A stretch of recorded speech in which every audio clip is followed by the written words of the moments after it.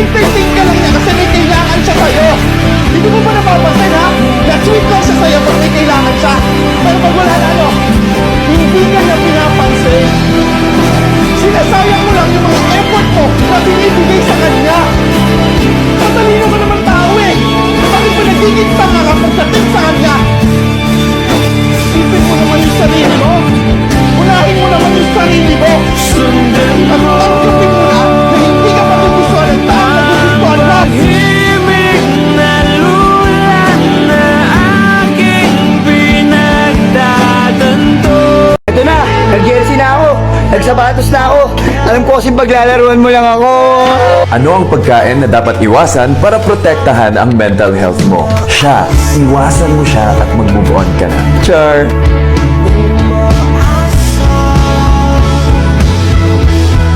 Anong klaseng lalaki o babae ang dapat iwasan para iwasan ang depression? Yung hindi sinasagot ang tawag sa unang ring. Ba't di niya sinagot agad? Kasi may iba na siya. Char! Hala! Alam mo na kasing red flag, pinili mo pa eh! Kasi sorry ha. Sorry talaga. Yung pinaydi ko, sana pagka-jowa na ako, nilagyan ko parang iyak yun. Pero, sinawanan pa rin. Pinaramdam mo sa akin lahat ng kilig, pero kung saan naman kita inibig, doon ka namang biglang nanlamig. Lagi ka bang bloated? Ito ang top 5 signs na sobra ka sa simple carbohydrates. Una, sumasakit ang ulo mo pag nakikita mong masaya na siya sa iba. Char!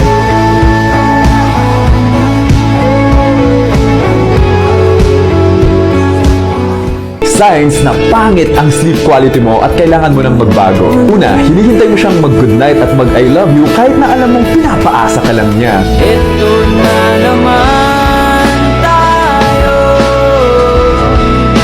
umiindak muli. Lagi ka bang nahihilo sa biyahe? Ganyan daw pag laging umaasa pero walang napapala. Pwede ka ba maligo sa gabi? Pagpuyat ka at pagpawis na pawis ka? Pwede. Ang hindi pwede, maging kayo.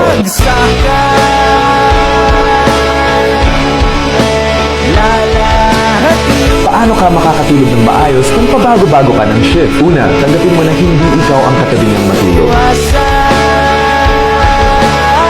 Anong benefits ng pag-inom ng alak araw-araw? Makakalimutan mo na minahal ka lang pero hindi pinaglaban. Gusto mo bang magpuyat at sirain ang body clock mo? Ito ang gawin mo araw-araw. Number 1, magpakatanga sa pag-ibig. Char!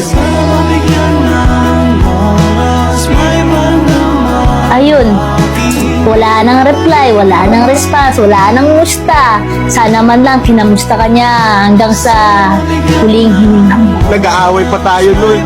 Bulan. Sabi ko, i-let go na lang kaya kita, baby. Kasi nahihirapan ka na eh. Heto, Tisyo, pamunas ng luha mo. Hindi ka na sana iiyak kung ako lang ang pinili mo. Makakalimutin ka ba? Subukan mong ma-inlove at masaktan, hindi mo makakalimutan yon. Char! Ilat niyo ako. Morning daw. Walang gusto morning nga. Hala! Alam mo na kasing red flag, pinili mo pa eh! O baka ako lang nag-a-assume na pwedeng maging tayo. Pinaramdam mo sa akin lahat ng kilig, pero kung saan naman kita inibig, doon ka namang biglang nanlamig.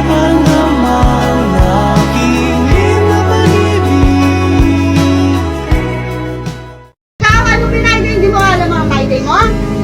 Sabi ko, yung pinaydi ko, sana pagka-jowa na ako, nilagyan ko parang iyak yun. Pero, sinawanan pa rin. Gawin mo to araw-araw para labanan ang anxiety. Una, tanggapin mo na hindi ka niya jojowain kasi di ka naman nagustuhan in the first place. Hala! Alam mo na kasing red flag, pinili mo pa eh! Gising na siya. Ilat niyo ako. Morning daw. Walang gusto morning nga. Ang hindi pwede, maging kayo. Tapos nag-aaway pa tayo nun. Bulan. Sabi ko, i-let go na lang kaya kita, baby. Kasi nahihirapan ka na eh. Sibuyas na lang po kasi yung nagmamahal. Yung asawa ko, hindi niya ako mahal.